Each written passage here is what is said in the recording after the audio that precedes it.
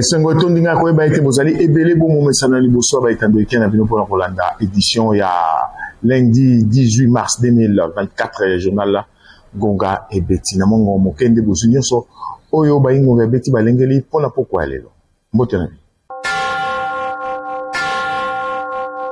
avion moko ya compagnie aérienne Sedraga kuuta Goma na Nord Kivu e uti bongo ko raté atterrissage na yango na bokiti na yango na aérodrome ya Rugenda na Butembo mokolo ya dimanche 17 mars 2024 na bokiti na yango ebimaki bongo libanda ya piste d'atterrissage. Bilan esali 2 blessés léger pe ba dégâts matériels ya makasi penza tokozongola yango na ba édition na biso ezelikoya tata mokonzi kolo Félix Antoine Tshisekedi Tshilombo akambaki bongo 129e réunion ya conseil des ministres mokolo ya vendredi 15 mars 2024 na cité ya Union africaine. Porte-parole ya gouvernement Mwana Mboka Patrick Moya ya ministre de la communication et des médias à PCI compte rendu Olandamois et Ténio. De la 129e réunion du Conseil de ministres. Le président de la République, Félix Antoine Tshisekedi Tshilombo, a présidé ce vendredi 15 mars 2024 à la Cité de l'Union africaine, la 129e réunion du Conseil de ministres. 3 points étaient inscrits à l'ordre du jour, à savoir 1. Communication du président de la République, chef de l'État. 2. Point d'information. 3. Approbation d'un relevé des décisions du Conseil de ministres. La communication du président de la République a porté essentiellement sur 3 points, à savoir 1. De sa participation au 24e sommet ordinaire de la CEAC.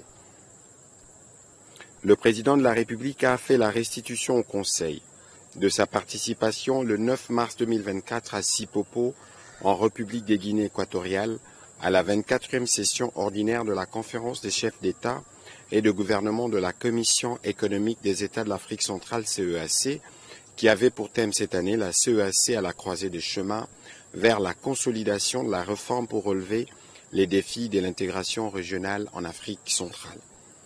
La conférence est félicitée de la mise en œuvre de réformes décidées lors des précédents sommets, ceci en vue d'aboutir à une plus grande intégration et interconnexion des États de la région de l'Afrique centrale. Elle a également loué les dynamismes retrouvés de cette communauté régionale à travers la participation des États membres, particulièrement ceux faisant l'objet des situations politiques et sécuritaires qui nécessitent une attention particulière de la dite communauté. À ces propos, la conférence n'a pas manqué de saluer notre pays pour son engagement et surtout pour la réussite des élections générales de décembre 2023 qui ont pris cours dans un contexte dominé par la crise sécuritaire et humanitaire prévalant dans la partie est de notre territoire national. Condamnant l'activisme du groupe armé y sévissant, les chefs d'État et de gouvernement de la société témoignent de solidarité au peuple congolais et ont appelé pour ce qui concerne l'agression rwandaise au strict respect des engagements pris dans le cadre de la feuille de route de Luanda. Vu l'importance que revêt cette communauté dans nos rapports au monde extérieur, particulièrement sur le plan continental et international, le président de la République a exhorté les gouvernements à renforcer leur synergie en vue de préserver la place de choix que nous occupons au sein de cette organisation. Le deuxième point de la communication du président de la République a porté sur la restitution de barrages hydroélectriques à la Gécamine. Le président de la République a été saisi des difficultés éprouvées par la Société nationale d'électricité dans la gestion de certains barrages hydroélectriques, particulièrement celui confié par le gouvernement et qui compte parmi les actifs de la Gécamine. Il a cité à titre d'exemple la gestion de la réhabilitation du barrage d'Enzilo. Cette situation est source de lourdes conséquences, non seulement sur la fourniture en électricité, aussi bien aux populations qu'aux entreprises minières opérant dans le champ de ce barrage. Il a chargé le gouvernement, à travers la ministre d'État, ministre du portefeuille, et les ministres des Ressources hydrauliques et électricité, chacun dans la limite de ses attributions, d'examiner les voies et moyens pour résoudre ces problèmes et de lui faire rapport dans les meilleurs délais. Na absence ya vice-premier ministre, ministre de la Défense nationale, pe ban se combattant na boka Jean-Pierre Bemba Gombo, oyazalaki bongo na mission na Kananga, vice-ministre ya Défense nationale, yé a pesaki bongo situation générale na oyetali bongo sécurité na est pe na ouest ya Congo démocratique, kaka na 129e réunion du Conseil des ministres. Patrick Moyaya azongi susu. Toujours sur ces chapitres sécuritaires, le vice-ministre de la Défense nationale, représentant le vice-premier ministre en mission, a fait état de l'évolution de la situation sécuritaire dans l'est de la République démocratique du Congo, mais aussi dans la partie ouest de la RDC, principalement aux alentours de Kwamut. Face à la menace persistante qui subsiste dans la partie est de notre pays, nos forces armées sont engagées dans la contre-offensive et la reprise de l'initiative en vue de restaurer l'autorité de l'État et garantir la sécurité de nos concitoyens.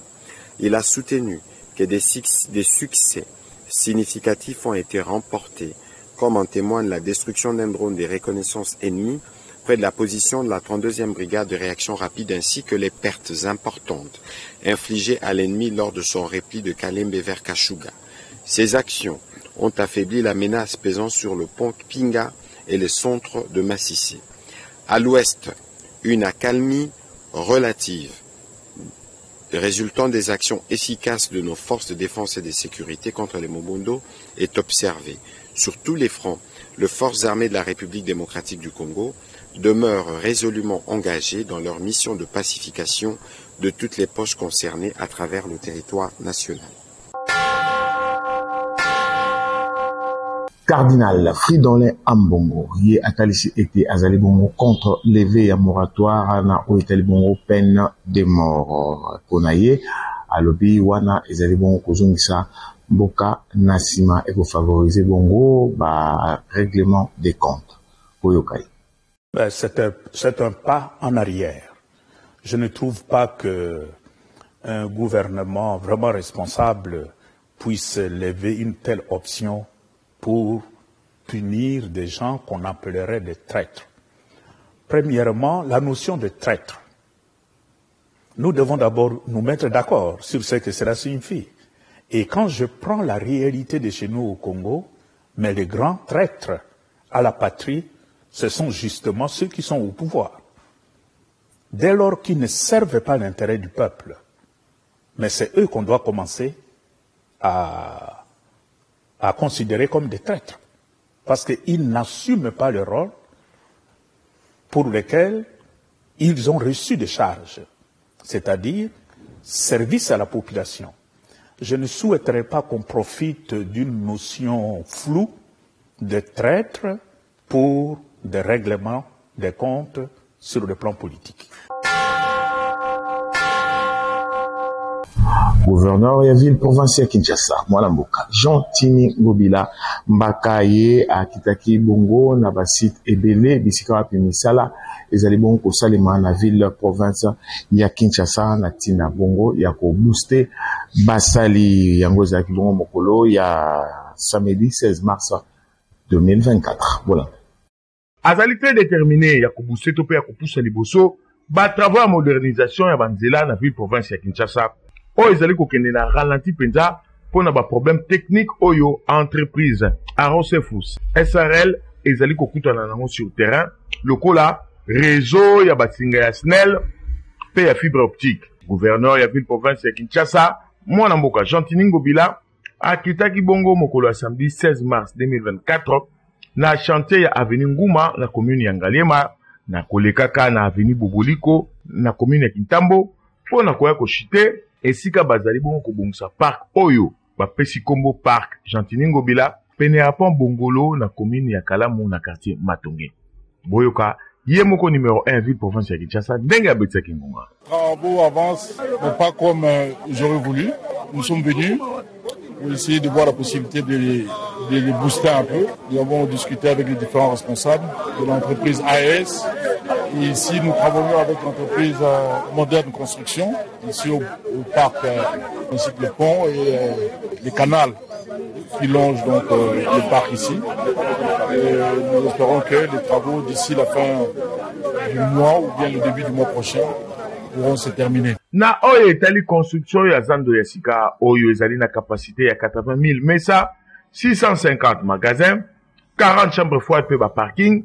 Numéro 1 ya ville province ya Kinshasa a rassuré ba Kinoise pe ba Kinois était misala est commis presque achevé. Etikali kaka inauguration esalema d'ici fin avril. Ngonga ebeti.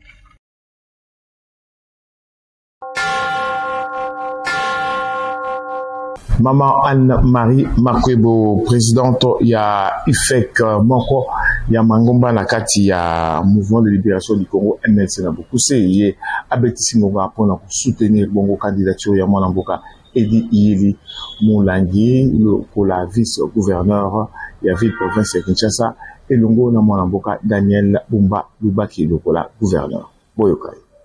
Biso ba mama ya IFEC lusangani pona ko défendre mwana biso ya mobali Edi Iyeli Mulangi. Biso ba mama tolobi boy. Eza choix MNC. Tolobi ke Edi Iyeli azali moto oyo azana bolingo. Azana bolingo ali moto nyoso. Pe azana moto ya problème te. Azana moto pe azana da possibilité na ye. Azana moyen na ye yende akoki azala vice wana kona atala Kinshasa.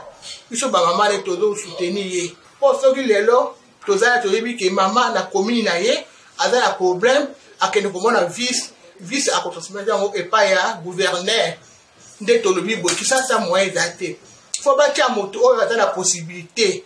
Pourtant moto azala possibilité akokota kuna pona akamata mbongo ya ba congolais aliate comme ba o bazalaki liboso ba koti ba moni mbongo ali baba ndiko pesa na famille ba ko ba mbongo osa ba ndako Edi Iyeli azala moyen na ye akokota kuna pona abongisa Kinshasa. Et puis en plus to ko pesa conseil yena gouverneur ba da bo moko to ko tsheba ona kata mabondeli ba da bo moko po ba bongisa Kinshasa. Yango le but biso to da ko soutenir Edi Iyeli Mulangi. Aza moto moko motema malamu, aza moto moko ayoka bato, aza moto ya bato. Lelo soki akoti na kati na Kinshasa ekozonga Kinshasa kala. Yango so ba mama IFEC to sangani apona ko soutenir ye azali soutenu par mon président national. Bongo biso bisikoyo to boya ye te. Pe le quoi akosa l'effort pour le président national Bemba Gombo ayoka soni te. Akobongisa Kinshasa bakozala bomoko na gouverneur na ye yango tosangani toza nsima na ye tozoza nsima na ye mokolo nyonso na mabondeli mpo ete eleka malamu. Mwana mboka Ibangi Yondo fils moko ya bamilitaire na mouvement de libération du Congo yepe abeti ngonga mpona kosoutenir candidature ya mwana mboka Edi Iyeli Mulangi lokola vice-gouverneur ya ville province ya Kinshasa. Azanga kitepe ko pesa eyano na ancien gouverneur ya province ya Équateur mwana mboka Jean-Claude Bayende na ba propos na ye oyo azalaki vis-à-vis ya président national ya parti na bango mwana mboka Jean-Pierre Bemba Gombo boyoka. So comment le problème ezoboma na ba gouvernement oyo utoleka na ville ya Kinshasa à cause ya loko wana bolingo wana ezalaki te.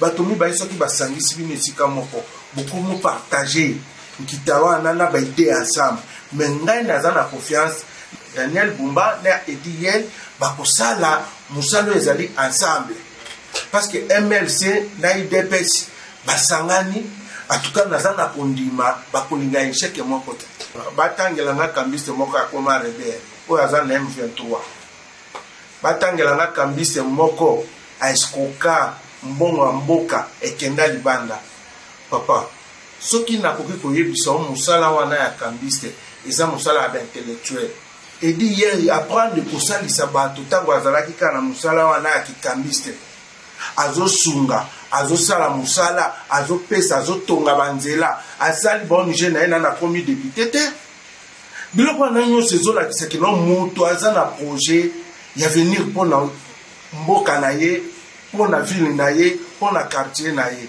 Me ngai naza na kondima kino na miniti oyo tozokende. Yo moko koya kotuna ngai, tokokutana mpe tokosolola. Soki Nzambe asungi bango baleki, musala bango bakosala, bokobetela bango maboko. Badepute nde bazovote, bango nde baorepresente biso population. Mais yango tozosenga na bango bavotere biso Daniel Fumba na Edi Yel. Soki bavote bango, ville ya Kinshasa ekochange. Ville ya Kinshasa ekozonga Kinshasa tozalaki dans l'époque wana. Nakotanga baoyo baleki awa te po Kinshasa ekomi ba inondation. Mais je crois que na bango mibale esengi kozala. Bandeko ba député provincial Mbandaka.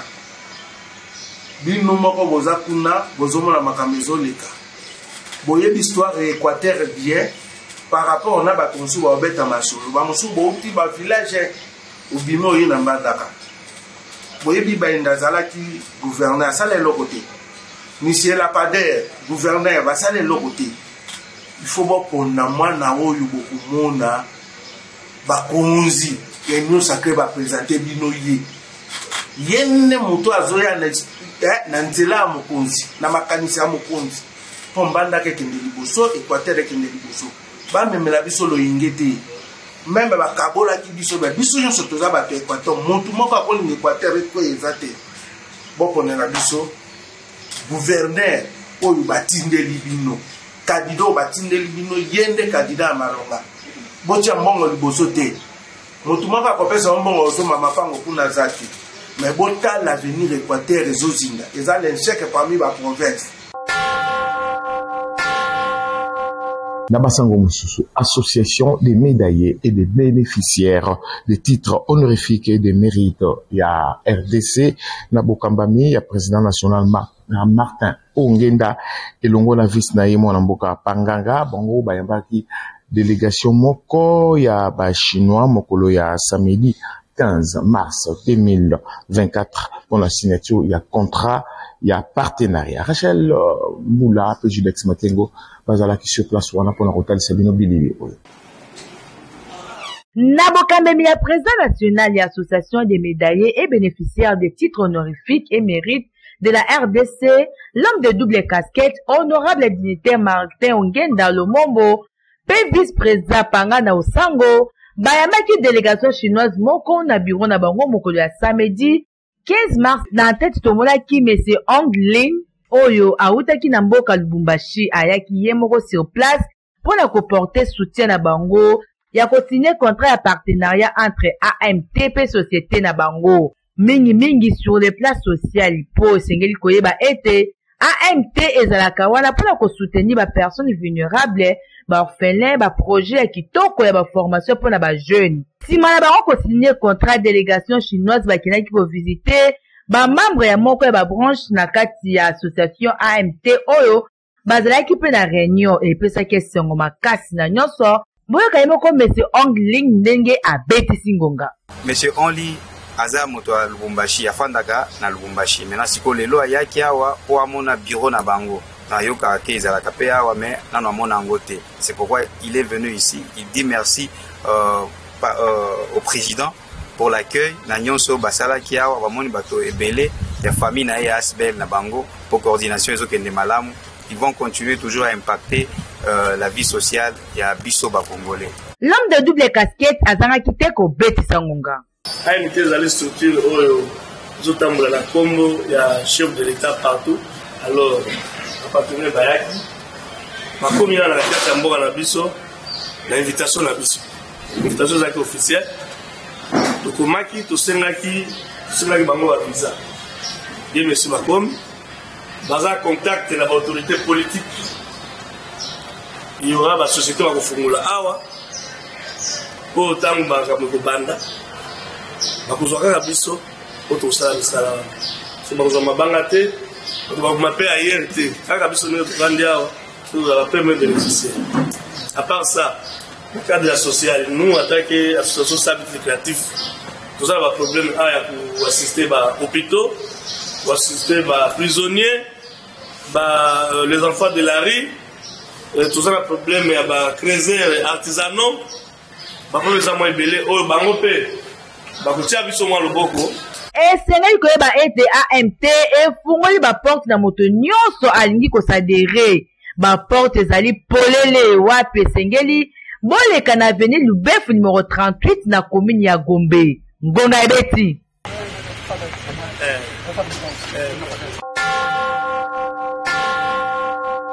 ndeko Ladi Makengo moko ya bakongomani wavandaka na Bruxelles na royaume ya Belgique ye azali bongo menacé na spoliation ya lupango na ye oyo ezwami bongo na balabala Grand Hôtel na quartier Mitendi na commune ya Mongafula epa ya groupe moko ya bato bayebani te kasi bazali se kotinda ba policier pe ba avocat moko baya kokomaka makambo na porte ya lupango. Voilà. Escroquerie ya mapango na Kisasa ekomi kosalema pamba mikolo oyo na ba policier kutu ba koti na kopi yango ya mabe ndakisa ya ndeko oyo Ladi Makengo avandaka na ye na Bruxelles na royaume ya Belgique asomba lopango na ye plus de 15 ans yango oyo atika ndeko na ye avandaka kuna kasi mokolo ya vendredi 15 mars 2024 avandaka boye amona groupe moko ya ba policier ba ye bimisa biloko na lopango oyo tozali kokanga ngo pona nyongo moto atekelaka noko na yo lopango azali na nyongo ya moto atindi biso batu na bango mikanda mokanda te nani atindi bino moto yango pe ayebani te babandi komeka kobimisa biloko moko boye basutuki basoda bakei bazongi pe lisusu te pesaki bango makasi ya kozongisa biloko kasi bazali komituna nani atindi bapolisier oyo pamba te adresse kutu bazalaki na bango koyeba te mama oyo atekaka lupango ma Jeannette atindi voice ya lobi makambo wana ye ayebi yango te azali kutu na nyongo ya moto te bakeba bato wana il faut bazala ba escroc na koyoka ba policier balobi likambo ya nyongo yango ezalaki na 2022 alors que lupango oyo mikanda nyonso ekoma na ngambo ya ndeko Ladi Makengo uta ba 2017 lupango yango ezwami na kati ya concession Codev na quartier Mitendi na balabala Grand Hôtel na commune ya Mongafula. Kukamwa ngonga ebeti. Avant de nous indingisa construction édition ya lundi 18 mars 2024. Merci Keibongo la Patrick Lusala Zagisima caméra montage Simbamaki na Mwanamboka Teddy Agwana PRG final assuré par Mwanamboka Joël Pembele Mukolo ya mardi nde bokutani na Mwanamboka Yannick Mulengo wa kopesa bino basango mususu ya journal ngonga ebeti boboto omabotama